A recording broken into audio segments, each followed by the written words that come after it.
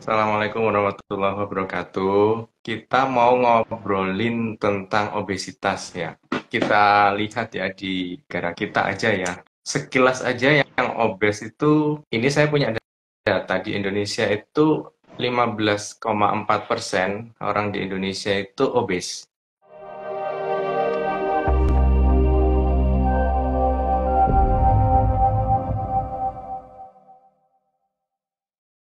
Dan kurang lebih 32,9% itu adalah wanita gitu ya.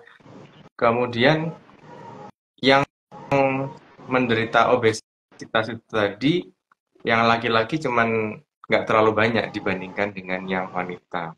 Jadi kalau kita ngomong dari proporsi jumlah penduduk aja tadi, penduduk Indonesia itu kurang lebih 200 jutaan ya Ibu Tina ya. Kemudian kalau Iya, apa namanya eh, di di antara itu ternyata yang paling banyak obesitas itu ternyata adalah perempuan gitu ya. Nah, nanti iya. kita mau diskusi lebih jauh nih. Sebenarnya nggak diskusi ya, saya pengen pengen sharingnya dari Bu Tina aja. Ya, kemarin kan kita sempat posting di flyernya Indometa ya. Iya. Jadi di Indometa kita flyernya itu foto before afternya Bu Tina itu bener-bener wow gitu ya. Jadi sebelumnya kurang lebih 105 ya Bu Tina Iya, ya. Kemudian segitu. afternya jadi 70 ya, 70 kilogram. Mm-mm. Nah, mungkin saya pengen ini apa namanya kita sharing ya Bu Tina ya. Barangkali ada Oke. teman-teman atau keluarganya teman-teman Endometa yang mungkin ada obesitas dan saya rasa saya kalau di praktek itu ya eh, kalau ada pasien obes kebetulan di bidang kami adalah diabetes itu tanyanya dok Iya, obat apa yang bisa bikin saya kurus gitu. Pertanyaannya gitu. iya, Nah, iya. padahal kurus itu bukan perkara obat ya saya rasa ya. Nanti Bu Tina bisa cerita gimana. Mm-mm. Bu Tina Iya, pada saat eh, obesitas yang before itu ya, itu iya. dulu tahun berapa ya Bu Tina ya? Atau berapa tahun ada Mm, berat badan yang berlebih itu? Kalau status saya obes itu bisa dibilang mulai kecil, Dok. Jadi saya itu ya dari pengaruh keluarga juga kali ya, pengaruh keluarga yang orangnya pada mager, suka makan. Jadi memang obes itu udah dari kecil. Dan saya udah cobain sama seperti saya yakin banyak orang di luar sana, segala macam program slimming yang dipromosikan bisa menurunkan berat badan dengan cepat, ini segala macam, insya Allah udah, ya mungkin belum semuanya, tapi sebagian besar sudah saya cobain ya, yang dengan herbal, dengan apalah segala macamnya. Eh, tapi yang mulai saya yang hasilnya saya rasa lebih lebih permanen, lebih long lasting itu saya baru mulainya tahun 2022, Dok. 2022 Jadi ya, itu baru mulai udah mulai yang food beranjak ke sesuatu yang normal yang yang seharusnya ya Bu Tina ya. betul, Dok. Jadi saya eh, jujur waktu itu saya saya pernah kena COVID 2 kali, Dok. Hmm, Dalam status saya sebagai komorbid. Saya ada prediabetes, saya didiagnosa itu ada prediabetes hmm. dan hipertensi. Umur saya kalau saat ini umur saya 46 tahun gitu kan. Nah, jadi pada saat setelah saya merasa saya udah vaksin lengkap, dan saya nggak pernah keluar kemana-mana, saya bisa kena COVID 2 kali, harus ada yang harus mulai berbenah lah istilahnya saya ngerasa gitu. Jadi saya ingat betul saya tandain mulai November 2020, sorry 2021, November 2021, saya mulai awalnya itu tidak niat untuk nurunin berat badan ya dok, saya cuma ngerasa saya harus melakukan sesuatu supaya saya nggak sakit lagi gitu, nggak kena covid lagi. Saya baru mulai olahraga dok, sebelumnya saya nggak sama sekali olahraga. Jadi saya baru mulai olahraga. Lalu sekitar 4 bulan olahraga itu saya mulai merasa ada penurunan berat badan, tapi tidak signifikan. Jadi mungkin sekitar 5-6 kilo lah. Dan setelah itu sama coach saya mulai ayo dong ini coba diatur pola makannya supaya penurunan berat badannya lebih cepat gitu. Mulailah dari situ saya belajar ya bisa dibilang otodidak ya dok ya. karena kondisinya waktu itu masih momen-momen COVID juga, jadi nggak berani ke rumah sakit, ke dokter, saya otodidak cari-cari di internet lah ibaratnya. Apa kira-kira program pola makan yang diet yang cocok, dan jujur dok, saya prinsipnya saya harus enjoy ngejalaninnya. Kalau nggak enjoy nanti kayak kemarin-kemarin gitu loh. Turun sebentar nanti naik lagi, turun sebentar nanti naik lagi. Jadi saya apa nih kira-kira saya masih bisa enjoy gitu ya ngejalaninnya. Akhirnya ketemulah saya pola makan itu ada dua yang saya lakuin dok. Yang pertama saya coba intermittent fasting, yang kedua saya diet rendah karbohidrat. Itu ya. Itu dok yang saya lakukan. Iya itu. Saya penasaran Bu Tina, sebelum 2022 itu Hmm. pola hidupnya Bu Tina seperti apa ya Bu Tina? Maksudnya keseharian dari ibu, ibu rumah tangga ya Bu ya? Saya ibu rumah tangga, ya sama Oke. seperti kebanyakan ibu rumah tangga selainnya ya dok ya. Eh, saya dia paling apa sih, bersih-bersih rumah, terus apa kegiatan-kegiatan di luar rumah kayak pengajian apa segala macam ya, rata-rata lah dok, standar ibu rumah tangga biasa gitu aja. Oke. Pada saat Mm-mm. obes itu ya Bu Tina ya. Jadi Ya. belum ada effort untuk melakukan sesuatu supaya berat Mm-mm. badan saya turun nih. Jadi effortnya hanya sebatas tadi ya mencari informasi kira-kira obat-obatan apa atau suplemen Ya, apa seperti itu kan. betul. Kan banyak juga dok teman-teman yang nawarin cobain ini, cobain ini. Memang saya selalu selalu bilang kalau kita dalam usaha menurunkan berat badan tuh ada beginner's luck ya. Jadi pada awal-awal tuh pasti memang ada turun, dan turunnya tuh relatif cepet gitu kan. Jadi kita happy pas awal-awal. Tapi semua itu kok nggak ini ya, kok nggak bertahan gitu ya. Nanti kalau pas saya udah ngerasa turun, kok lama-lama balik lagi. Jadi kayak yoyo gitu. Jadi saya pada saat yang 2021 akhir tuh November itu saya mulai ngejalanin, saya pikir ini apa yang salah dengan diet saya kok selalu balik lagi balik lagi. Nah ternyata dalam kasus saya yang saya pelajari, kesalahan saya itu karena saya tidak membarengi pola makan saya itu dengan olahraga dok. Jujur Olahraga ya itu Bu Tina saya akui, ya. olahraga. Olahraga ya. Iya, Oke, sebelumnya sudah eh, olahraga nggak Bu Tina? nggak sama sekali dok. Sama sekali Saya ya. karena saya seperti, ya saya nggak tahu kalau ibu-ibu di luar saya sana ya, cuman saya berpikiran oh saya setiap hari udah beres-beres rumah kok, Ya. udah keringetan gitu kan, udah keringetan sama aja sama olahraga. Tapi ternyata setelah saya berusaha untuk mendalami lagi, ternyata kan beda ya dok ya, olahraga Ya. sama beres-beres ya.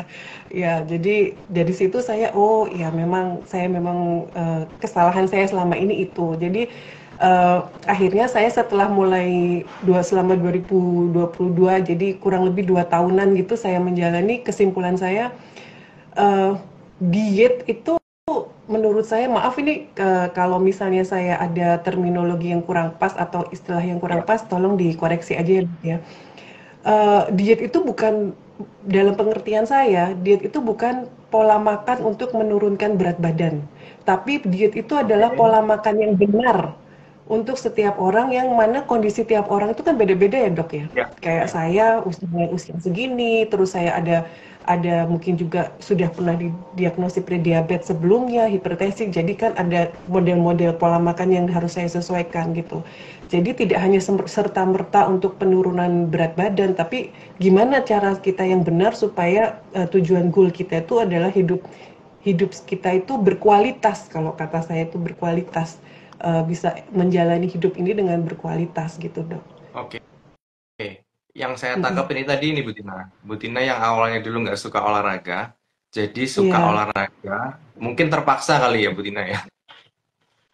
Eee, karena, ya gini Dok, setelah saya waktu kita Covid itu, waktu saya kena Covid itu kan suami saya alhamdulillah dia yang masih tetap kerja di luar, tapi alhamdulillah nggak pernah kena Covid. Terus saya pikir, "Apa yang salah saya yang di rumah terus kok malah saya yang kena?" Gitu kan. Mm-mm. Berarti kan saya anggap badan saya lebih lemah daripada dia gitu. Padahal Mm-mm. saya juga udah, kalau dari vaksin lengkap, sama kami sama-sama lengkap gitu. Berarti ada yang sesuatu yang nggak beres nih di saya, kok malah saya yang kena dia enggak gitu. Dari situlah awalnya saya, yang perbedaan saya sama suami saya waktu itu, suami saya memang dia suka olahraga. Nah dari situ saya mulai cari-cari olahraga apa ya saya harus mulai nih, kayaknya olahraga gitu. Dan jujur waktu itu saya cari olahraga karena saya orang gemuk dok, itu malas berkeringat, nggak nyaman buat badan saya itu Ya. berkeringat kan. Jadi saya pikir waktu itu saya cari olahraga yang kira-kira gampang aja lah buat ibu-ibu yang keringatnya nggak banyak-banyak, yang penting gerak tubuh. Saya ikut yoga. Dan ternyata setelah saya ikut yoga itu ternyata tidak seperti yang saya bayangkan sebelumnya. Ternyata dia banyak keringetan juga. Ternyata ya begitulah seru-serulah gitu. Jadi oh ternyata ini termasuk olahraga yang challenging lah buat saya pada waktu itu gitu. Tapi dari situ alhamdulillah dengan bersamai sama coach yoga saya jadi mulai terbuka lah pikiran saya tentang mengatur pola makan, terus tentang apa namanya ya istilahnya itu tentang pengetahuan-pengetahuan tentang inilah dalam proses saya untuk memperbaiki diri itu dok. Dan Oke. ternyata banyak banyak kalau boleh jujur dok banyak hal yang mengejutkan buat saya ya gitu. Apa itu yang Kalau saya boleh sharing menunjukkan? ya banyak fakta yang saya tuh oh gitu kan.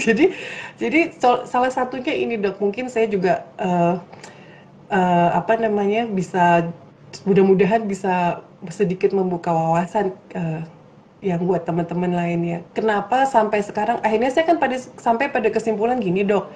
Saya ini bukan mengubah pola hidup saya ini bukan hanya pada saat saya sudah mencapai target berat badan saya sekian atau apapun target saya itu bukan hanya itu. Tapi pola pola ini adalah pola yang harus saya jalani seumur hidup. Itu yang kesimpulan saya satu pada akhirnya. Lalu yang kedua, kesimpulan saya yang kedua adalah antara pola makan dengan pola olahraga saya itu ibarat dua sisi mata uang. Jadi dia memang tidak terpisahkan.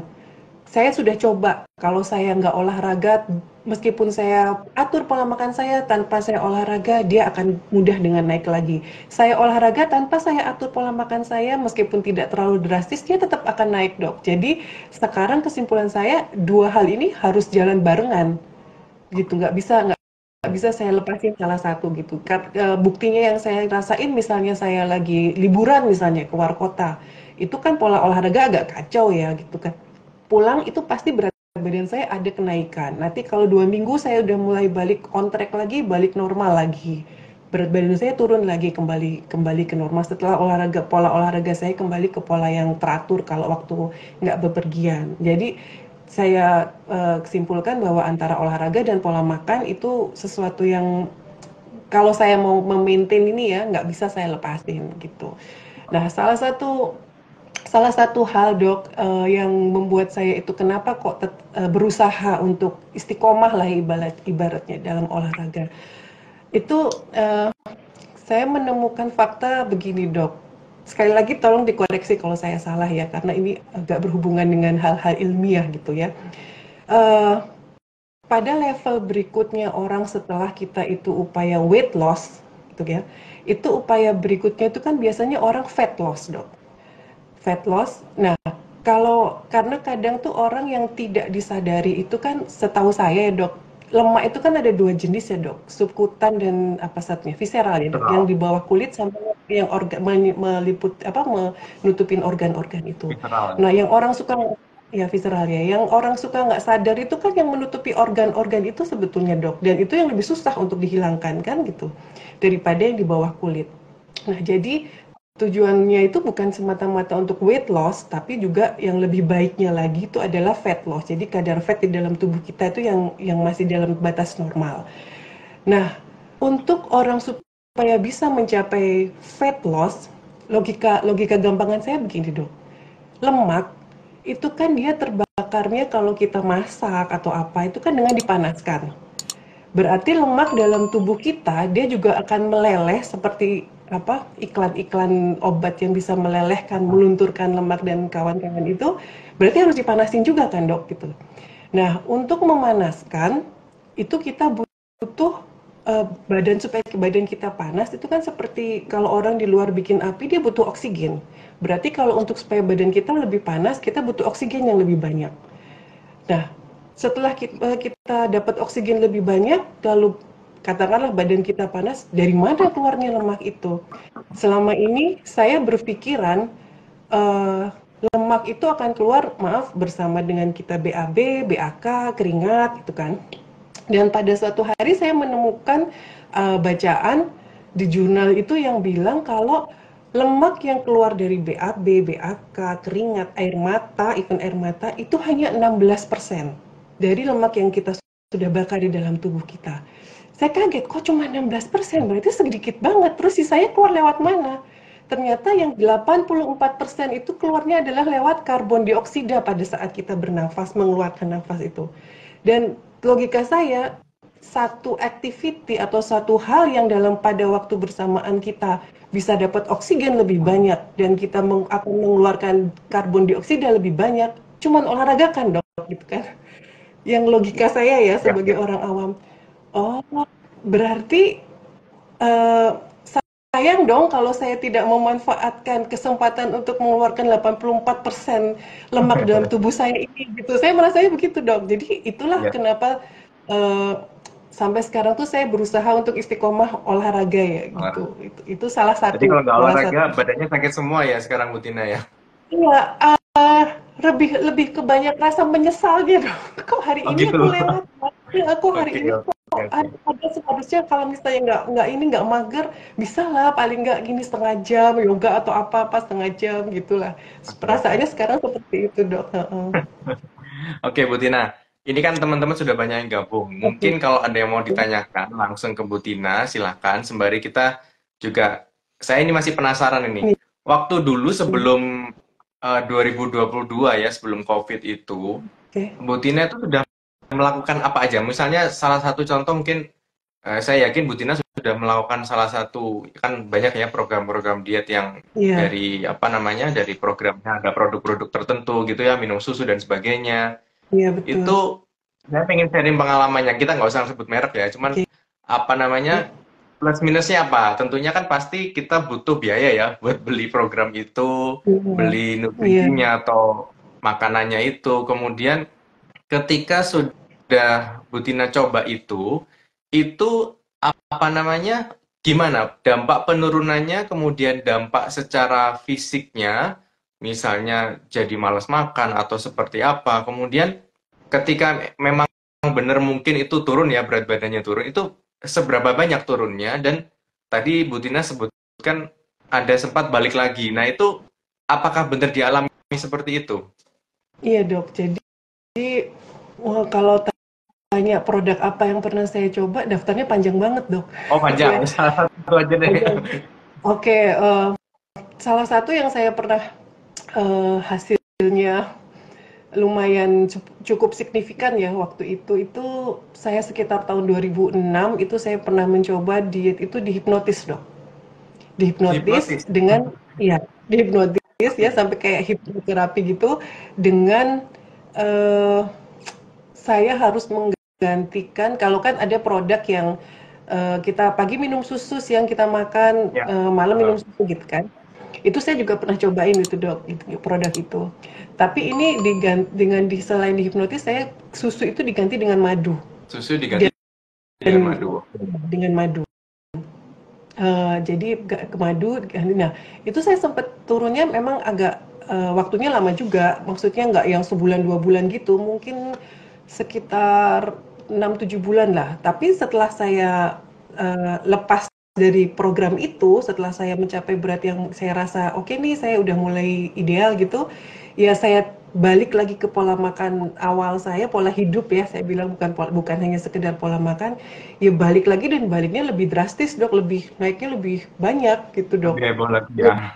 Heboh ya, jadi yang saya ikut susu itu pun sama dok gitu, awal-awal itu dan selalulah kalau orang penurunan berat badan itu saya sebut tuh ada kayak beginner's luck ya, jadi pasti pada saat awal kita turunnya drastis, Hmm. terus nanti kita akan sampai pada tahap plateau gitu kan, yang susah lagi mulai melandai kurvanya gitu kan.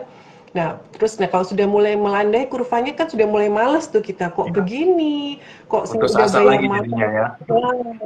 kok saya udah bayar mahal tapi kok hasilnya mulai mandek, wah ini berarti ya jujur waktu itu menyalahkan produk ya, berarti produknya Ya, udah ya. nggak oke lagi nih, kan gitu kan dok ya. Nah, Ya. jadi jadi ya itu terus akhirnya ini daripada kita bayar mahal-mahal terus untuk produk itu ternyata hasilnya jatuh gitu kan dok gitu, Ya, jadi ya ya. udahlah berhenti gitu, Berhenti. jadi Oke. ceritanya selalu Selalu seperti berulang itu dok. ya, Bu Tina? Kira-kira turunnya berapa Heeh. kilo tuh? Kira-kira turunnya berapa kilo? Eh, mm, yang paling drastis itu saya pernah nggak nyampe 20 kilo, Dok. Nggak nyampe 20 Belasan, kilo ya.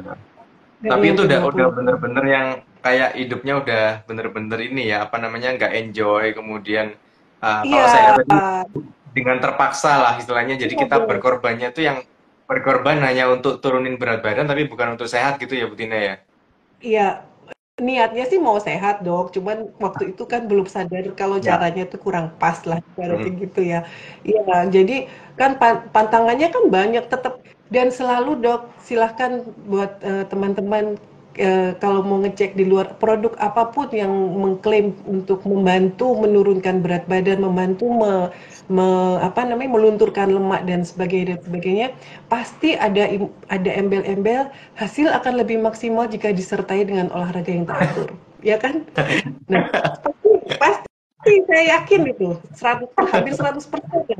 Yang Ya kalau biar kalau laku dia ya, bisa, biar laku. iya, Jadi dia biar laku, kalau kalau misalnya nggak ada turunnya, jadi dia nggak disalahin gitu ya. ya nggak, saya kurang tahu juga niatnya seperti apa ya dok. Tapi sepengalaman saya selalu ada embel-embel seperti itu. Iya, Hasil iya, iya. akan maksimal kalau olahraga gitu kan dok. Jadi akhirnya sekarang saya berpikir kenapa saya nggak olahraga aja tanpa harus mengkonsumsi produk itu gitu kan. Dibalik Dan ya, dibalik gitu alhamdulillah ya. ya mulai dibalik. Alhamdulillahnya 2 tahun belakangan ini saya alhamdulillah dok, tanpa saya mengkonsumsi produk apapun. Jadi murni dengan mengatur olahraga, mengatur pola makan dan pola hidup olahraga saya itu saya stabil, relatif stabil. Jadi nggak Stabil. yang Ini sudah berapa relatif lama Bu Tina, sejak sejak penurunannya before-nya 105 terus jadi 70 itu berada di dua kisaran 70 itu berapa lama dua sampai tahun, saat ini? dua tahun lebih, 2 tahun 3 bulan, 2 tahun lah dok. Sudah 2 tahun ya Bu Tina ya. Sudah dua Jadi tahun. kayaknya Heeh. kurvanya udah flat ya. Jadi Iya. udah mencapai apa yang diharapkan, sehingga dia metabolisme tubuhnya kayaknya juga sudah bisa Sudah beradaptasi mulai dengan berat badan menyesuaikan, yang ya sekarang ya Bu betul, Tina ya. betul, betul dok. Sudah mulai menyesuaikan. Apa namanya? Saya kalau saya nggak tahu ya dok, kalau memang dari segi BMI apa kalau yang Ya, berdasarkan hal ilmiahnya itu memang saya masih disebut overweight gitu kan ya dok. ya. Tapi di tubuh saya yang saya rasakan tuh kan jauh lebih ringan, jauh lebih enjoy dan alhamdulillahnya eh, yang dulu-dulu mengikuti itu terakhir saya MCU tahun kemarin ya dok, sekitar bulan September Oktober saya MCU itu. Yang saya paling happy itu dok, saya udah nggak ada fatty liver dok. Udah nggak ada Itu saya sampai fatty liver ya. dia fatty liver dok. Saya sampai ke dokternya waktu SK dok, coba dipastikan dok. Soalnya sebelum-sebelumnya selama saya MCU tuh saya Ya. selalu ditakut-takutin ya dok sama ini ibu tuh fatty liver, ibu tuh ini kalau liver tuh begini begini Ya. begini. Aduh kok ya siapa yang nggak takut ya dok kita gitu. Ya. Coba dok dipastiin lagi. Iya bu bersih bu ini bu nggak ada. Itu yang paling saya bikin happy. Ke Jadi satu, kedua HbA1c saya udah 5,6 dok, jadi sebelumnya saya berapa? sudah di bawah. Sebelumnya berapa? Sebelumnya itu rata-rata 6, 6,5 Oh, enam gitu dok. setengah ya, udah enam Iya, setengah ya. Oke. sampai pernah sampai 6,5. Saya gula darah itu pernah gula darah sesaat itu yang paling tinggi itu sampai 270-an pernah dok saya dok. 270-an. Oke, Iya, jadi udah pre-diabetes ya, udah pre-diabetes, obes, kemudian tanpa obat sekarang jadi normal ya. Ini ini iya dok. ini emang ada di teori, Bu Tina. Emang ada di teori. Cuman Iya. baru sekarang ini saya baru punya buktinya bahwa teori itu memang ada buktinya gitu loh. Hmm. Selama ini kita cuman cuman bisa ngomongin aja, Bu, kalau olahraga berat badannya turun, lemaknya akan Hmm. berkurang, kemudian tadi itu yang paling signifikan saya rasa HbA1c ya Bu Tina ya. Iya, Saya pasien diabetes itu kalau turun HbA1c itu harus kerja ekstra keras, harus minum obat dan seterusnya, karena memang effortnya untuk aktivitas fisik itu ya ada, cuman minimal, bukan yang dominan hmm. gitu. Nah, Bu Tina Iya. tadi sebutkan bahwa sebelumnya pre-diabetes dengan HbA1c 6,5 ya, bisa Iya. sampai sekarang 5, itu menurut saya luar biasa itu. Hmm. Jarang saya dapat Hmm. pasien yang hanya dengan olahraga saja itu bisa turun sebegitu drastisnya gitu saya rasa. Iya, jadi kan batasnya 5,7 kan Dok ya kan Iya, apa seingat saya itu. Jadi 5,7 pada sampai waktu 6,4. ya saya waktu dapat 5,6 itu ya Allah bersyukur banget saya Dok gitu. Tapi tetap bukan berarti pola makan saya terus saya jadi lost gitu ya Dok Hmm, ya. Maksudnya jadi hmm. tapi oh berarti saya mulai mulai tahu berarti saya sudah on track nih. Saya udah berarti pola yang saya lakuin sekarang itu udah bener lah ibaratnya gitu. Nggak kalaupun melenceng itu saya udah tahu baliknya itu harus seperti apa gitu. Even gula Oke, darah saya sekarang kalau saya tes itu Dok, kadang kalau ya, puasa, 2 jam puasa itu alhamdulillah di bawah 100 lah, antara 80, 85, 21. 90 gitu, heeh. Ya, Nanti setelah 2 jam setelah puasa, rata-rata 100 kalau makannya nggak terlalu banyak 105, kadang 120 gitu Dok. Itu 2 jam setelah puasa ya Dok ya gitu? ya, ya. Oke. Bu Tina, apa namanya, waktu dulu ya, jadi tahun 2022 itu kebiasaan makannya kan sebelumnya nggak karu-karuan ya. Nah, setelah Iya. mulai menjalani apa hidup sehat dengan olahraga, saya pengen tahu pola makannya jadi sebelumnya gimana, kemudian sekarang jadi gimana. Misalnya pagi gimana, siang gimana, malam gimana, camilannya Iya. gimana.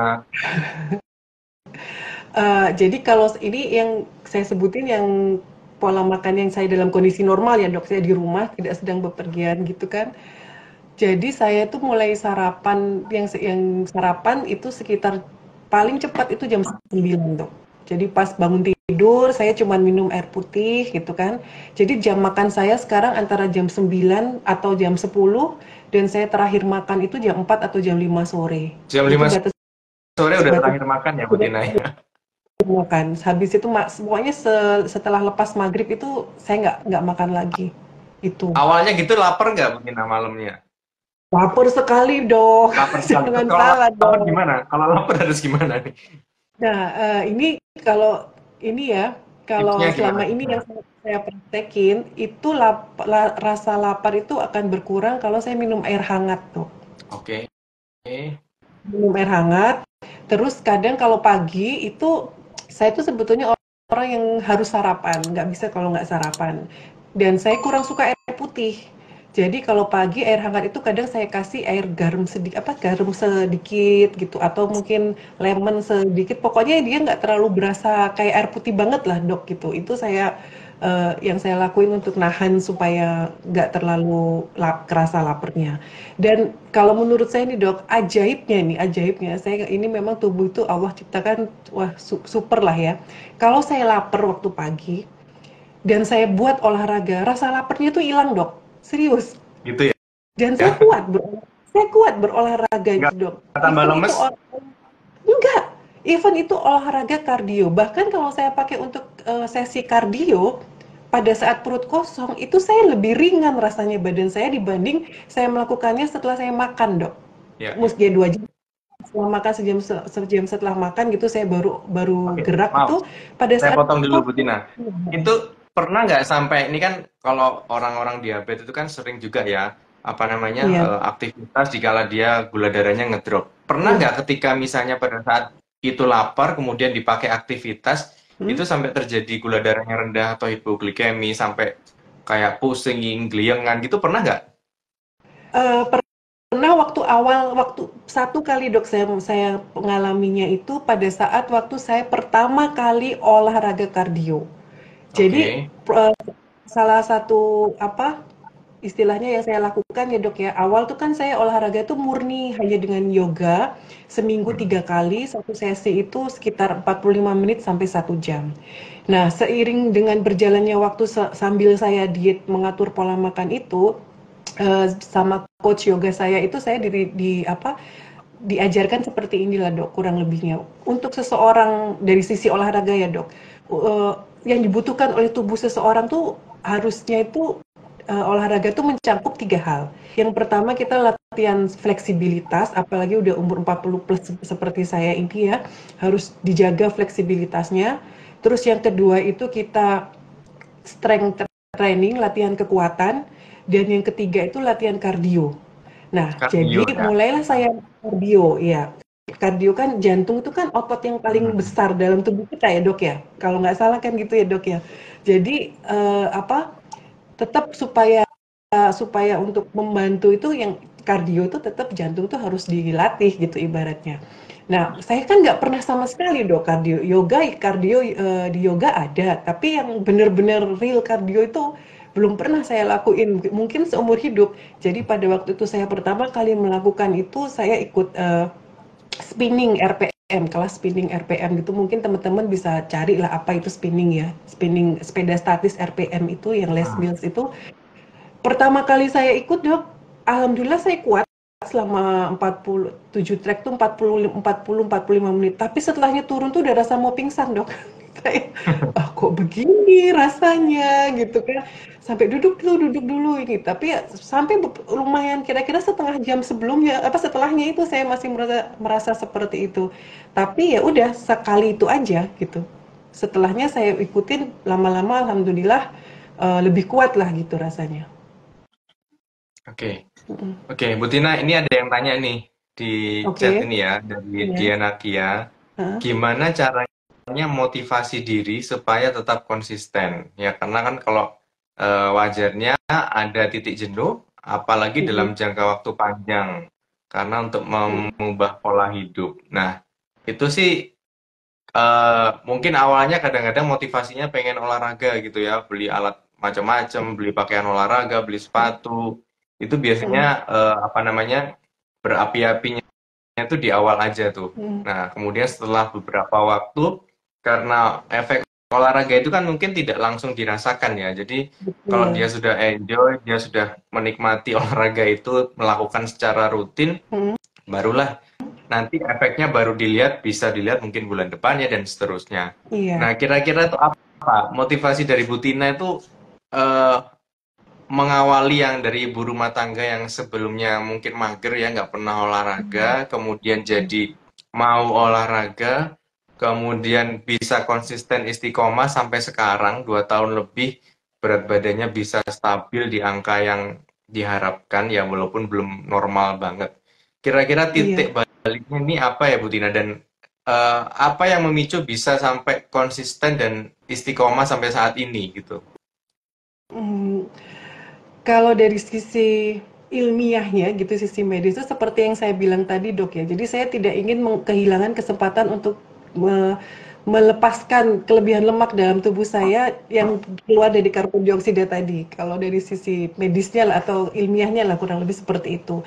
Selain efek keuntungan-keuntungan olahraga lain seperti saya juga belajar mulai strength training itu kan ini sekali lagi koreksi kalau saya salah ya dok ya. Yang saya dapatkan itu yang saya pahami.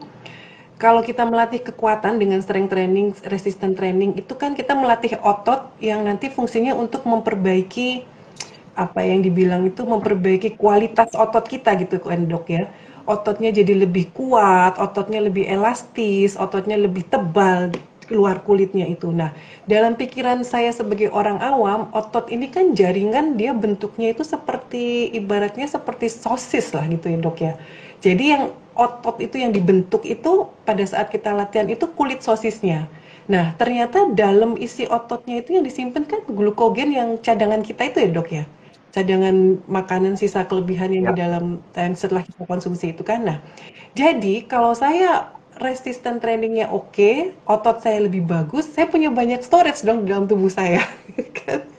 Maksudnya mindset saya jadi, oh saya punya banyak storage dong, jadi tubuh saya tetap, katakanlah saya bisa mungkin makan dalam tanda kutip ya, makan lebih banyak, eh, tapi badan saya masih tetap langsing, gampangannya seperti itu kan dok.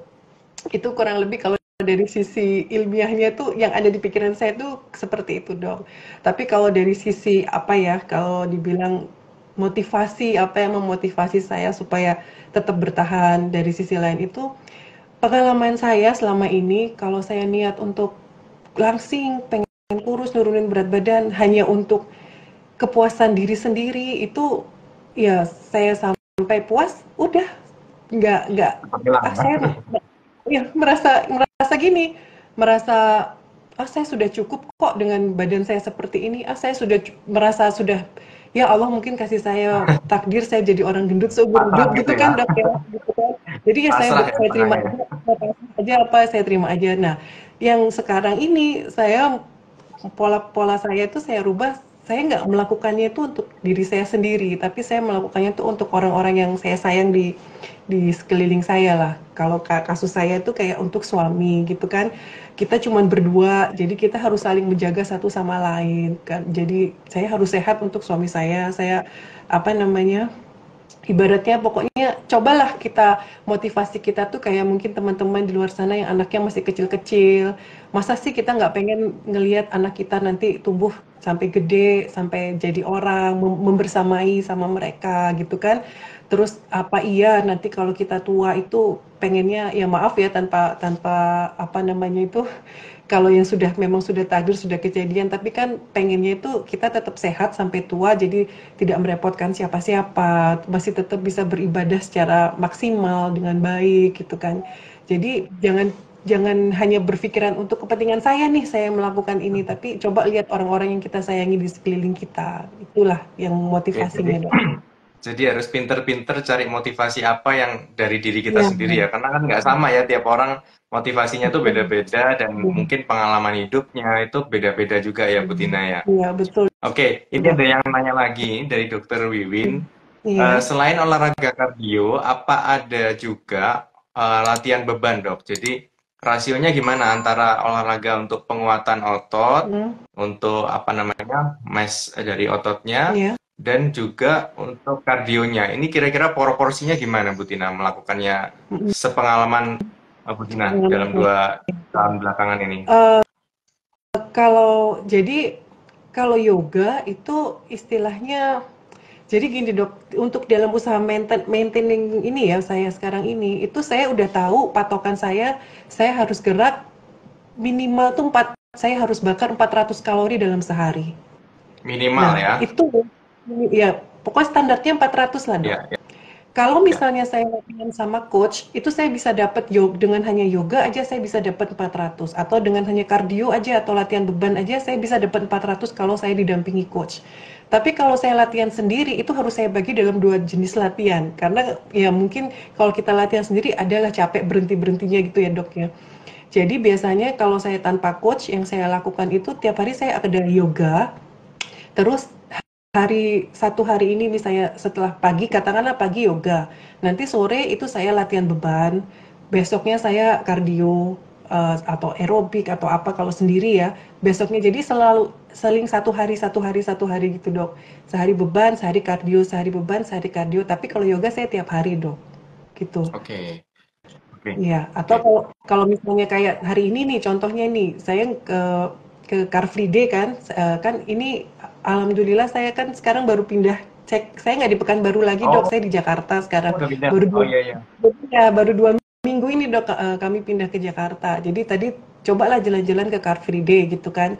Alhamdulillah tadi jalan 6,7 kilo, dapatlah 425 kalori. Oke lah cukup gitu kan, karena sudah jalan gitu. Udah 6,7. Kalau pas yang tidak ini ya, kalau yang di luar lah, di luar kebiasaan itu, pokoknya ngejar 400 kalorinya itu dok. Oke. Jadi yang saya bisa tangkap dari yang barusan disampaikan oleh Mama Butina, jadi kita olahraga itu kan kalau selama ini mungkin tadi ya beranjak dari sebelumnya mager terus jadi mau olahraga. Iya, Setelah mau olahraga, mau konsisten. Nah, iya. setelah konsisten tadi ternyata ada porsi-porsinya yang kita juga harus tahu juga ya. Tadi kan Bu Tina mungkin 400 itu atau mungkin berapa itu kan dari baca juga ya. Jadi semua memang harus ada ilmunya gitu ya. Nggak asal Betul. ya udah saya udah olahraga hari ini, udah nyapu, udah Iya, ngepel, kemudian udah betul. jalan-jalan sekian Betul. jam, Iya, tapi itu tidak dilakukan secara konsisten dan tidak ada betul. patokannya. Jadi mungkin tipsnya berarti ini kalau kita melakukan olahraga itu nggak boleh asal-asalan ya, Bu Tina ya. Jadi ini Iya, saya beranjak dari pengalamannya Bu Tina. Jadi nggak boleh asal-asalan, harus terukur, kemudian mungkin juga harus dikembalikan dengan kemampuan kita itu seberapa. Jadi mungkin nggak sama iya, antara satu orang dengan orang yang lain dalam melakukan olahraga. iya. Saya di sini Dan seneng seneng banget Bu Tina menyampaikan olahraga ya Bu Tina karena kenapa kenapa seneng karena saya jadi ada temennya gitu ya. Kadang saya kalau menyampaikan itu di ya mungkin di keluarga atau teman dekat mm, menganggap bahwa olahraga itu ya udahlah itu sesuatu yang membuat lelah gitu ya. Jadi tidak ada manfaatnya dan mungkin mereka belum menemukan gimana nikmatnya atau enjoynya ketika kita sudah melakukan olahraga yang kita kita lakukan Betul. rutin itu belum ketemu kayaknya gitu. Jadi Iya. Bu Tina tadi cerita dari yang awalnya mager, terus habis itu mau Iya. olahraga, mau konsisten, bahkan sampai ada takaran-takarannya. Kalau takaran Iya. secara umum sih sebenarnya kan cukupnya sebenarnya kita melakukan aktivitas 30 menit sehari ya, kemudian dilakukan minimal selama seminggu itu 3 kali sampai 5 kali maksimal atau 150 menit. Itu takaran kalau Hmm. saya sih sering mengedukasi ke pasien diabetes seperti itu. Tapi ternyata Iya. dari Bu Tina pengalaman ini tadi jadi kita jadi banyak tahu bahwa memang kalau mau berhasil tuh nggak cuman ya udah saya sudah olahraga, saya sudah melakukan ini itu, tapi bener-bener harus ada jadwalnya, harus tahu kapan kita memulainya, kapan mengakhirinya, kemudian takarannya jelas dan targetnya juga jelas. Jadi kadang-kadang ada yang semangatnya berlebih tapi tenaganya nggak kuat. Jadi akhirnya ya udah nggak kuat saya olahraga ya udah berhenti akhirnya gitu ya. Iya, dan saya bisa bisa seperti ini ya prosesnya selama 2 tahun itu, Dok, bukan dari awal saya olahraga terus saya Ya, kuat bisa 400 kalori, ya, ya, ya. enggak. Jadi Bertahap semuanya ya. itu memang bertahap, semuanya bertahap. Jadi kalau kayak contohnya pada saat saya yoga itu kalau kalau mungkin teman-teman yang pernah yoga itu tahu mindahin kaki ke depan dari biar dari posisi kita down dog itu yang apa kayak huruf V Ya, terbalik itu mindahin kaki ke depan itu aja saya nggak sanggup dong karena perut saya gemuk waktu itu saya nggak sanggup ya. itu butuh waktu lama buat saya untuk bisa sampai ke level itu gitu kan dan dengan kita melakukan aktivitas olahraga itu justru buat saya jadi lebih tahu nih kemampuan saya tuh sebetulnya segini loh dan saya sering bilang sama coach saya tuh ternyata saya selama ini tuh meng-underestimate diri saya sendiri. Saya sebelum melakukan kayaknya saya nggak mungkin di RPM main sepeda kayak gitu kuat saya Heeh. nggak bisa pasti nanti bahaya lah buat tubuh saya. Jadi awal saya pertama kali ikut yoga itu dok saya ngomong ke coach saya itu gini kak saya punya sakit ini, saya ada HNP juga kan dok, HNP di lumbar Hmm. sama di cervical. Jadi saya nggak mau kalau Hmm. gerakannya itu yang akan bikin saya ini, gitu. Jadi sudah disclaimer-nya tuh Udah udah panjang banget bikin daftarnya gitu. syarat-syarat ya. Iya kan, kan saya pengennya yang gampang aja, yang gampang lah pokoknya intinya buat saya dan Iya, iya, pasti cedera, siapa yang nggak takut ya dok kita cedera gitu kan iya. karena posisi saya gendut itu tadi. Terus akhirnya ya pelan-pelan, iya kita coba pelan-pelan ya gitu. Akhirnya dicoba pelan-pelan, loh ternyata kok saya bisa loh. Kok ternyata saya bisa, saya suruh gerakan gini dengan dibantu sama aku, kok ternyata saya bisa. Jadi akhirnya saya mikir, oh ternyata apa ya, kalau saya intinya itu dicoba dulu gitu loh. Kalau kita nggak mencoba, kita nggak tahu kemampuan batas tubuh kita ini sampai seberapa. Dan ternyata setelah dicoba, oh ternyata saya mampu ya. Hmm. Oh ternyata saya kuat yang satunya gitu dong. Jadi sekarang kayak tadi saya belum pernah sebelumnya itu car free day jalan kaki sejauh ini gitu kan. Terus tadi saya cobalah sebatas saya tuh sampai seberapa. Nah tadilah berhasil apa sampai batasnya tadi oke deh segini hari ini kita cukup Ya. untuk segini gitu. Nah itu coba dulu gitu. Jadi intinya tuh itu dok. Saya coba dulu lah Soalnya sekarang tuh. Kalau saya ya biasanya kalau di Car Free Day itu banyak yang jalan terus habis itu jajan Butina. Jadi fokusnya udah beda gitu. iya, Jadi iya, tujuannya jajannya itu. iya. Oke, Banyaknya seperti itu ya, Bang? ya. Mhm. Ini ada yang tanya lagi. Oke. Waktu menstruasi itu olahraganya tetap seperti itu atau ada perubahan, Butina? Tetap aja saya, Dok. Saya Tetap aja ya. alhamdulillah nggak terlalu, pengaruh ya. Kalaupun misalnya saya justru, kadang kalau saya kram di perut, saya suka agak kram gitu kalau waktu mau dapet itu, dengan yoga itu berkurang. Justru Karena entah mungkin kayak berkurang ya. stretching justru berkurang, Dok. Oke, oke. Dan saya entah ya dok, ini cuman saya aja atau apa, kayaknya kalau rasa sakit waktu itu lebih banyak dari pikiran ya dok. Maksudnya kayak, oh saya kebiasaan nih kalau mau dapet sakit di sini. Ya, Sebetulnya kalau kita nggak kita pikirin nggak kerasa juga dok. Gitu ya, nggak tahu itu ya. saya atau maksudnya pokoknya Ya, dialihkan ya, ya. lah gitu loh. Istilahnya tuh kita nggak fokusnya ke situ gitu. Saya sukanya begitu, jadi saya alihkan. Jadi kadang kalau itu malah yoga alhamdulillah saya nggak sakit, nggak terlalu lah, nggak mengganggu ibaratnya itu. Jadi nggak ada perubahan sama sekali ya, walaupun menstruasi atau apa. Justru dengan adanya aktivitas olahraga, yoga gitu, apa nyerinya justru hampir mungkin nggak dirasakan ya. Iya, Oke, ya pokoknya kayak saya buat saya itu kayak pengalihan perhatian aja gitu dok. oke, oke. Bu Tina itu yoganya itu privat atau mungkin apa namanya jalan sendiri dalam artian datang ke suatu tempat kan kan kita kan nggak memungkiri juga ya di era sekarang ini keluar rumah itu juga males kadang kalau mau ke tempat gym itu juga mungkin ada Iya. yang mikir mahal dan sebagainya itu kira-kira kalau misalnya nih dari pengalaman Bu Tina ini kan ikut nge-gym ya ikut di gym Iya, gitu kah? iya. Kemarin ini Oh, waktu oke. kemarin di Pekanbaru ya. Sekarang ini karena baru pindah ke Jakarta, saya masih belum sempet cari-cari tempat Oke. yang oke gitu kan. Nah, tapi kemarin Oke, di kalau Pekanbaru ya. dilakukan di rumah sendiri itu bisa nggak kira-kira Bu Tina Oh, yang bisa dilakukan di gym dong. itu? Sangat bisa. Jadi Sangat bisa. ini pengalaman saya juga ya, sangat bisa.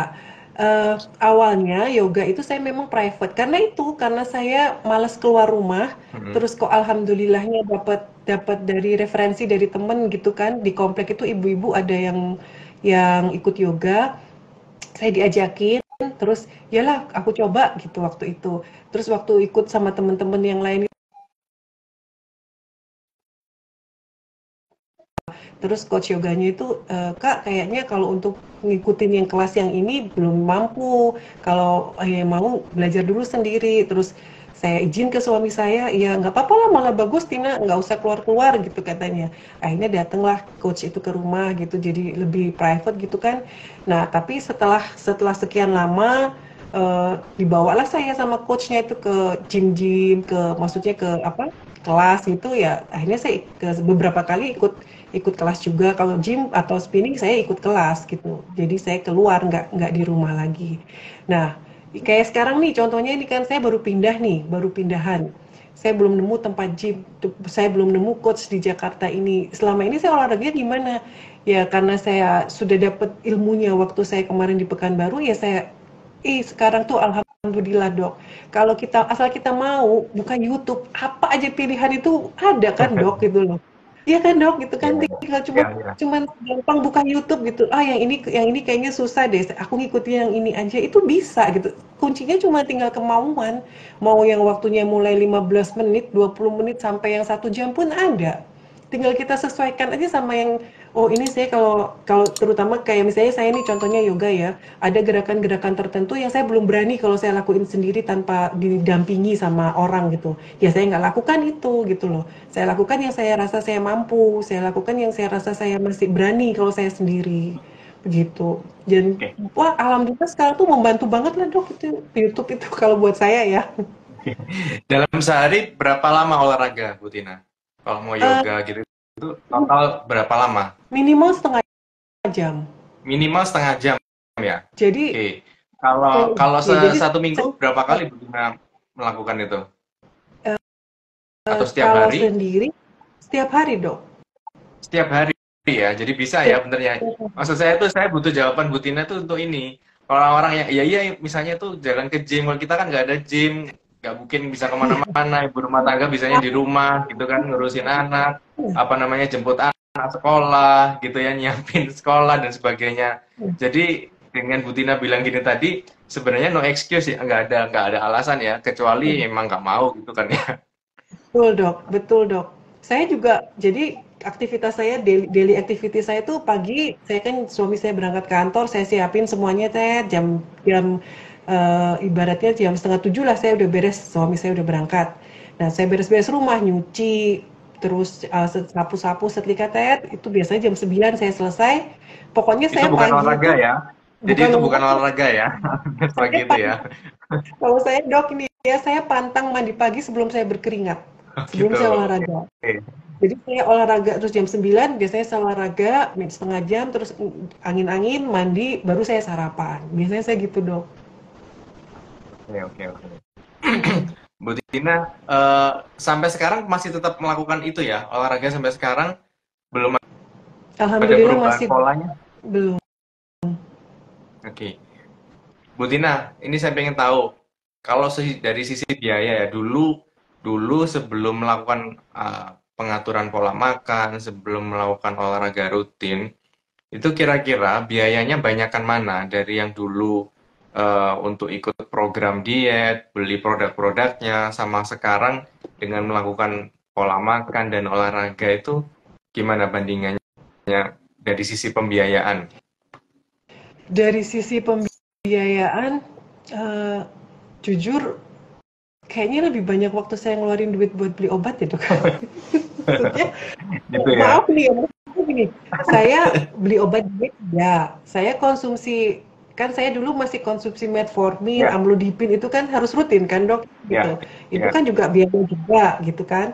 Nah terus, biaya jajannya itu juga nggak sedikit kan, Dok, gitu kan.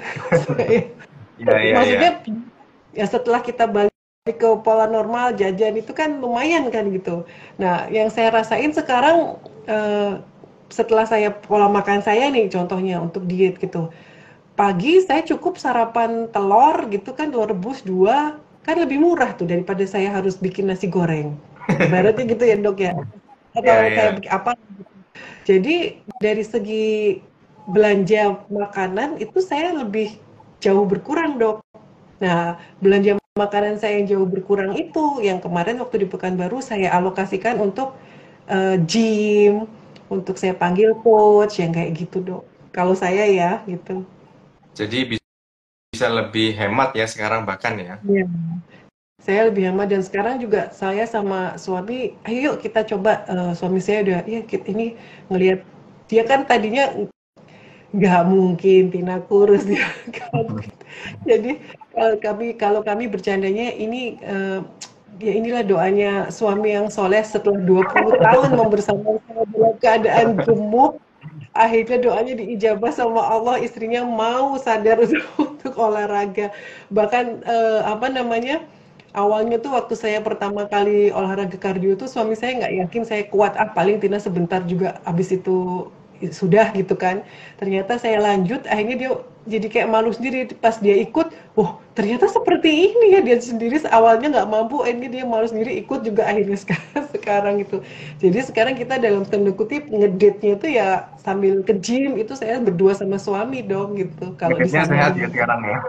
ya, bentuknya sehat gitu kan sama suami kita nge-gym gitu kan olahraga kayak tadi Car Free Day gitu jadinya gitu jadi kalau dari soal biaya eh, ya maaf maaf kalau saya bilang lebih hemat sekarang apalagi kalau sekarang saya belum mengeluarkan uang untuk biaya-biaya keluar coach atau gym dengan olahraga di rumah aja wah kan sangat-sangat hemat itu dok.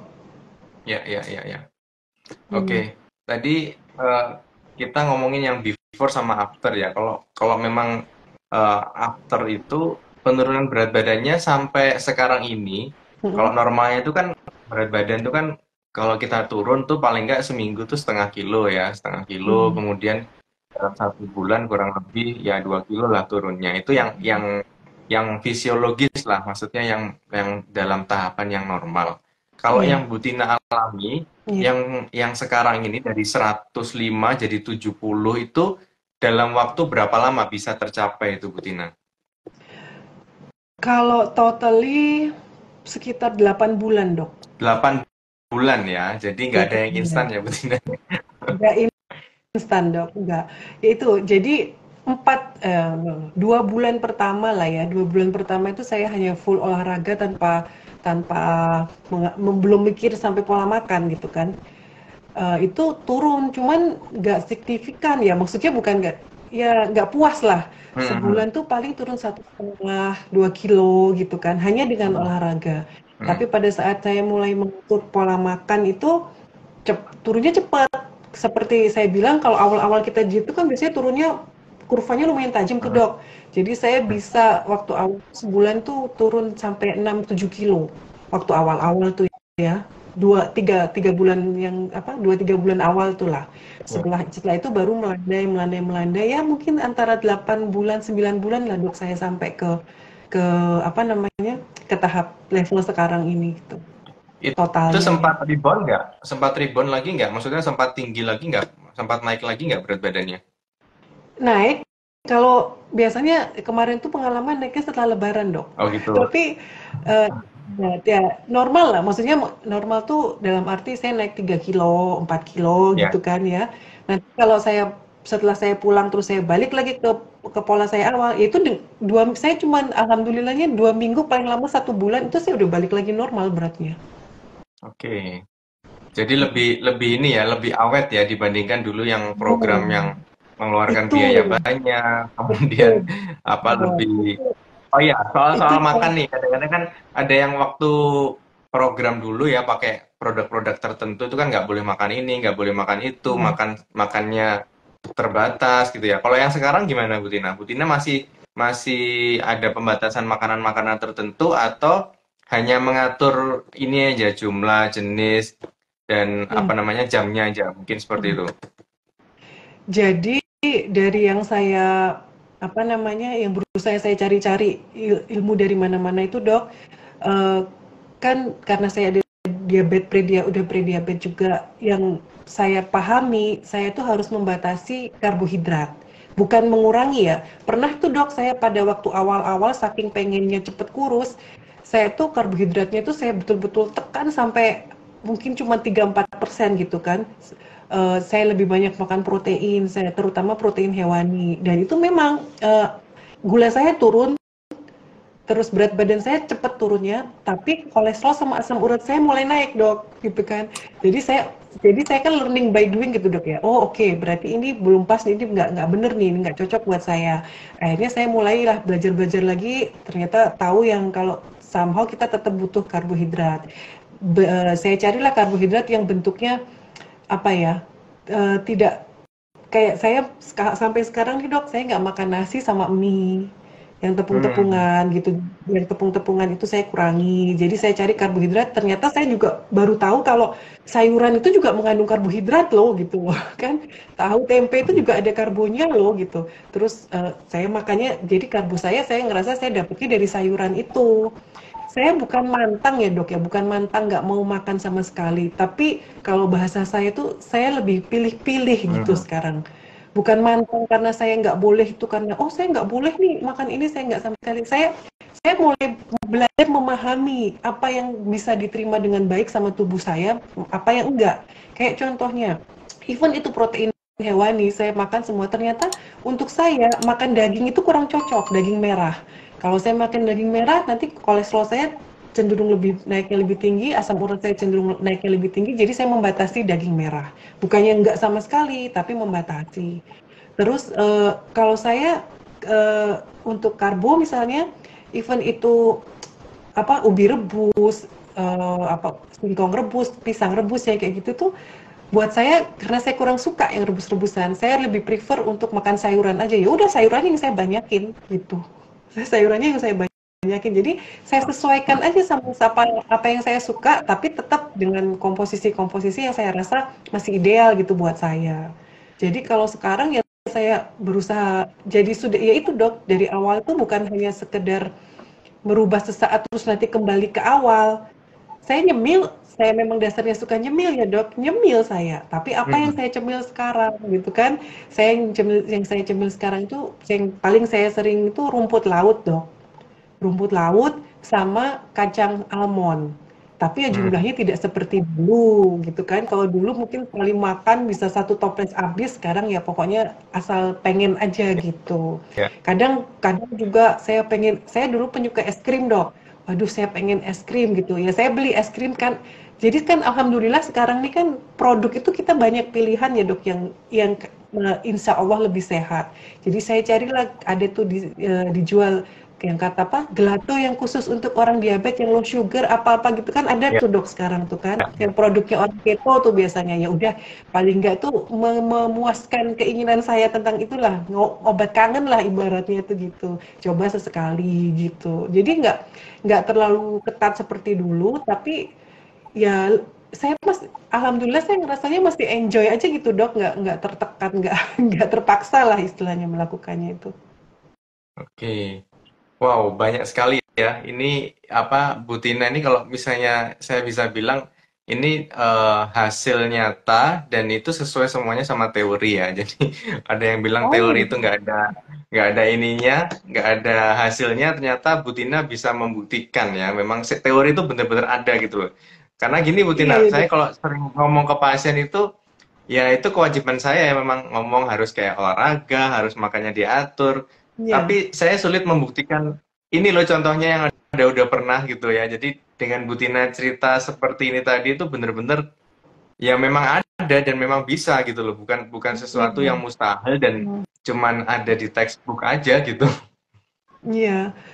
Ya, kalau kalau saya pun ya apa saya nggak ada latar belakang medis ya, tapi kan sekarang ini kalau kita mau jurnal-jurnal itu kan bisa dengan mudah kita dapetin kan dok ya, asal kita mau usaha baca apa gitu kan.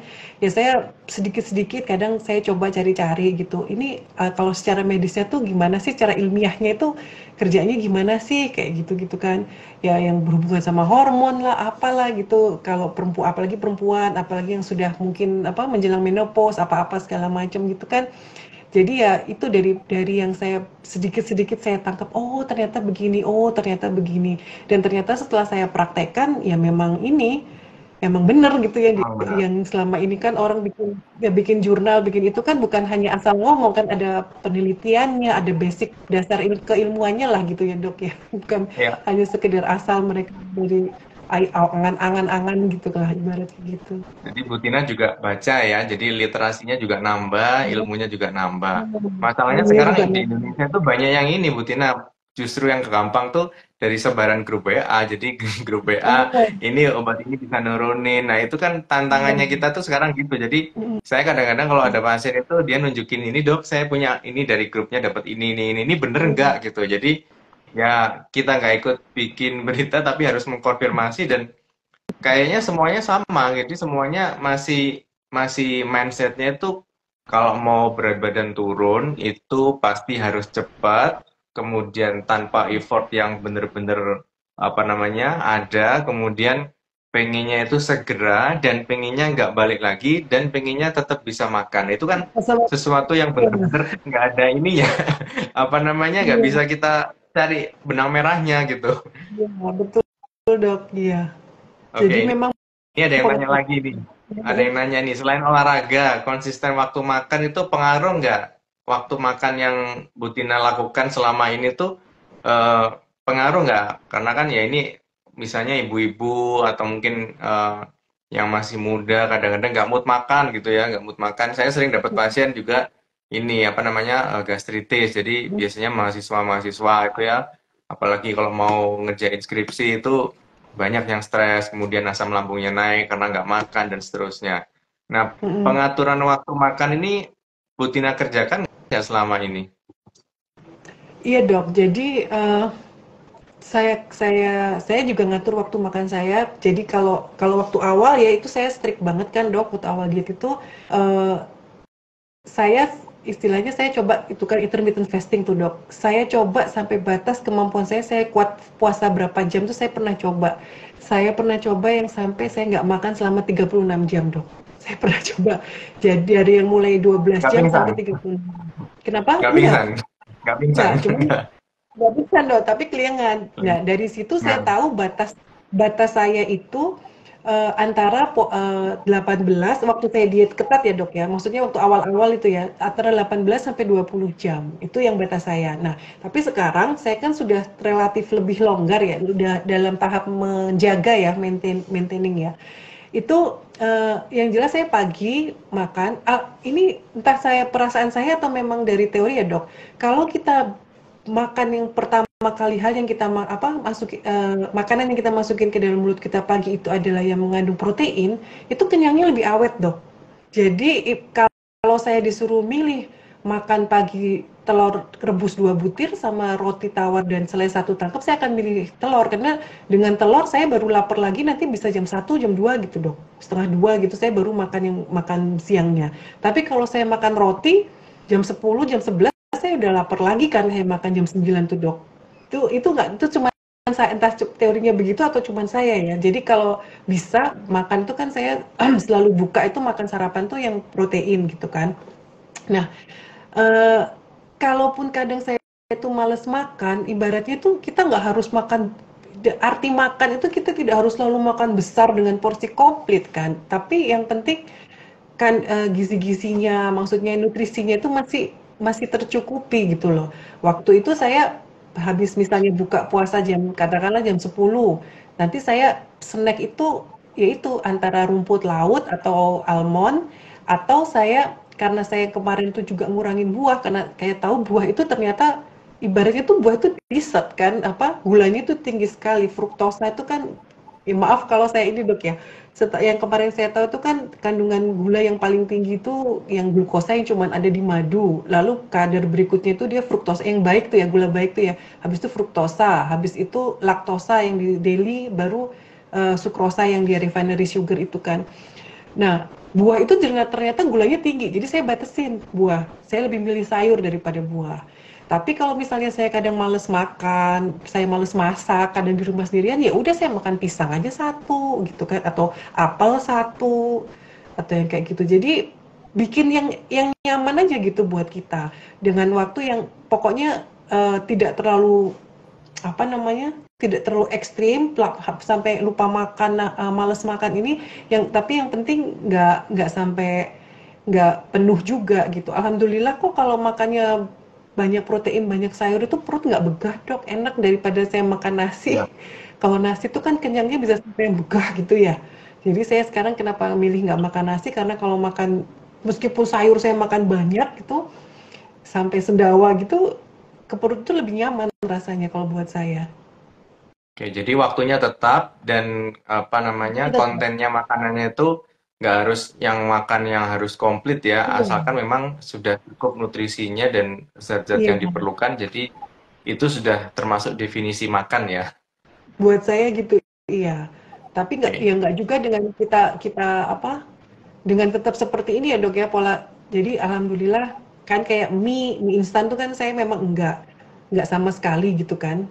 Kalaupun saya misalnya pengen banget nyobain makan mie gitu, saya pakai ada pilihannya itu mie shirataki itu kan sekarang. Jadi hmm. sekarang ini kan opsinya banyak lah dok. Asal kita mau aja, mau effort sedikit gitu, nggak susah-susah kok gitu loh, gampang gitu kan. Jadi ya dinikmatin aja gitu, banyak pilihannya sekarang. Oke. Mungkin ini pertanyaan terakhir Bu Tina. Ini ada yang tanya durasi olahraganya tadi sudah sempat disampaikan oleh Bu Tina. Iya. Mungkin diulang lagi. Satu hari olahraga total berapa lama dan seminggu berapa kali ini? Satu hari kalau saya di rumah itu biasanya saya 2 kali sehari olahraga itu dok. Minimal dalam satu sesi itu saya 30 menit, tapi rata-rata biasanya 45 menit sampai 1 jam lah ya gitu. 45 menit, 50 menit lah gitu. Itu saya biasanya 2 kali dan itu saya lakukan setiap hari. Setiap hari 7 kali dalam seminggu itu seperti itu. Oke, Kecuali ini kalau udah banyak biasanya saya banget ya. Ya skip gimana Bu itu, Tina? kalau biasanya tuh saya skip, pola saya agak agak kacau tuh kalau saya keluar kota dok. Wah, Kalau saya apa, dampingin suami saya dinas atau liburan cuti gitu, nah itu yang memang olahraganya agak kacau, olahraga dan makan ya. Kalau kalau soal makan tuh paling kacau kalau saya ke Malang dok, karena banyak godaannya. Itu Iya, tapi iya, iya. tapi setiap kali saya balik-balik dari Malang, wah langsung kerja keras lah, setelah Berarti setelah yang di itu Malang ini langsung kerja keras. godaannya banyak ya Bu Tina. Banyak sekali dok, enak-enak semua yang di sana. Oke, Bu Tina, terima kasih banyak ya udah sharing sama kita. Jadi kita udah ngobrol kurang lebih hampir sejam ini ya. Oh Ya iya, iya. banyak banyak yang bisa kita dapatkan dari pengalaman dari Bu Tina tadi bahwa ya tadi ya bahwa menurunkan berat badan tanpa obat-obatan atau produk-produk yang mahal itu bisa dan sudah ada buktinya. Bu Tina salah satu contoh orang yang bisa tadi dengan berbagai macam problemnya ya, satu obesitas, kemudian hipertensi, prediabetes, kemudian kolesterolnya juga tinggi, ada apa tadi low back pain juga ya Bu Tina ya. Iya, HNP Kemudian saya. HNP, HNP. Iya, terapi Dengan gitu. semua problem yang tadi ada, itu dengan satu upaya saja, yaitu pengaturan pola makan, kemudian bisa melakukan aktivitas olahraga rutin yang kalau kita ngomongin dari sisi biaya jauh lebih murah, Mhm. ya, itu ternyata bisa Iya. menurunkan berat badan dari 105 sampai sekarang jadi 70, dan ini sudah bertahan 2 tahun lebih. Ya, Lebih. jadi ini benar-benar teori yang terbukti gitu ya, Bu Tina ya. Jadi, tapi satu lagi, ada satu lagi yang mungkin belum saya sebutkan, kemauan. Nah, ini Oh, kemauan ini yang kadang sudah tahu ya memang itu ilmunya ya, harus iya. menurunkan berat badan dengan cara segala macam tadi, cuman kemauan dan niatnya belum kuat gitu ya. Jadi Mhm. motivasinya belum ada, sehingga maunya ya tetap menurunkan berat badan dengan usaha minimal, kemudian makan tetap, nggak mau olahraga. Bu Tina sudah menjawab semuanya bahwa tanpa obat-obatan pun, jadi sekarang udah nggak konsumsi obat-obatan ya, metformin dan segala macam udah enggak ya Bu Tina ya? Alhamdulillah enggak dong. Saya malah dulu pernah itu saya konsumsi metformin, saya masih konsumsi di awal-awal saya diet itu pernah waktu puasa itu gula darah saya 50 something gitu dong. Saya kaget, tapi saya nggak apa-apa, tapi saya nggak Oh, keringan. Waduh, ya udah saya stop aja kalau gitu metformin. Nah, setelah saya stop itu pas puasa gula darah saya alhamdulillah stabil di angka 80, 85 sampai oke, 90 dok. Pas puasa ya. oke. Jadi bener-bener ini bukti ya, jadi tanpa obat-obatan. Jadi kalau saya sering ngomong ke pasien tuh teori pertama kalau kita mau menurunkan berat badan, bahkan untuk mengendalikan diabetes dan obesitas itu yang pertama ya pasti aktivitas fisik, pengaturan Iya, pola makan, baru yang selanjutnya adalah obat-obatan. benar, Nah, Bu Tina iya. sudah melakukan semuanya dan terbukti selama hampir 2 tahun lebih berat badannya nggak rebound, nggak naik lagi. Kalaupun naik ya paling cuman cuman sedikit ya, nggak sampai kembali lagi ke asalnya yang 100 sekian tadi itu, dan Alhamdulillah. kualitas hidup Iya. pasti lebih baik ya Bu Tina ya. Alhamdulillah. Yang jelas suami lebih sayang dok. Itu bonusnya ya Bu Tina ya. Jadi Iya, kualitas hidup betul. baik, Mm-mm. kemudian apa namanya, sehat pasti ya. Jadi kayaknya yang Semuanya ya. seperti ini memang harus lebih banyak disuarakan lagi ya Bu Tina ya. Jadi Iya. eh, karena sekarang gini, obesitas ini sekarang jadi salah satu titik utama nih, kan dengan gaya hidup yang sekarang, apa namanya, bisa pesan makanan online dimanapun, Benar. kapanpun, tengah malam pun juga bisa. Saya pernah punya pasien Bu Tina, jadi pasien itu laki-laki, sekitar umurnya usia SMA kalau nggak salah. Pada Hmm. saat pandemi itu dia kerjanya ngegame terus, ngegame dan makan. Orangnya sebelumnya aktivitas fisik biasa, kemudian karena ngegame, kemudian dia apa namanya, eh, tiap ngegame tuh sampai begadang malam ya, kemudian bener-bener itu pola itu dipertahankan selama hampir setahun. Ternyata benar setelah itu dia diabetes. Jadi Hmm. itu adalah contoh yang jelek yang tidak harusnya kita lakukan, dan Butina adalah contoh yang sebaliknya. Tinggal kita mau pilih yang mana ya, kita mau pilih yang mana, dan ini tanpa obat-obatan ya, tanpa obat-obatan, tanpa mengeluarkan biaya yang banyak gitu ya. Mungkin terakhir dari Butina, ada pesan yang mau disampaikan ke teman-teman di sini, apa yang harus Hmm. dilakukan untuk bisa ini turun berat badan, itu kan suatu hal yang bener-bener ya, apalagi ibu-ibu gitu kan pengen turun berat badan. Kira-kira tipsnya apa Bu Tina? Tipsnya pertama awali dengan niat ya sama pokoknya seperti kalau saya sebagai muslim itu kan segala sesuatu tergantung niatnya. Jadi coba cari niatnya itu yang bukan hanya untuk kepentingan diri kita sendiri, bukan hanya untuk kepentingan sesaat gitu kan, tapi niatnya itu ya contoh nih misalnya contoh, saya ingin badan saya sehat supaya saya tuh bisa ibadah dengan baik sampai ajal ya kan. Umur itu kalau buat saya sakit dan ajal itu dua hal yang berbeda ya dok ya kalau menurut keyakinan saya. Jadi ajal itu kan sudah kita nggak bisa otak-atik itu hak prerogatif yang di atas. Jadi paling nggak sampai ajal saya itu saya bisa ibadah saya maksimal. Itu misalnya contohnya seperti itu niatnya gitu. Terus yang kedua ya kembali lagi ke istiqomah dengan apa yang sudah kita niatkan gitu. Kalaupun ibaratnya tuh saya yakin lah setiap orang tuh pasti punya punya cerita hidup yang bikin dia istilahnya mau nggak mau terpaksa harus istiqomah.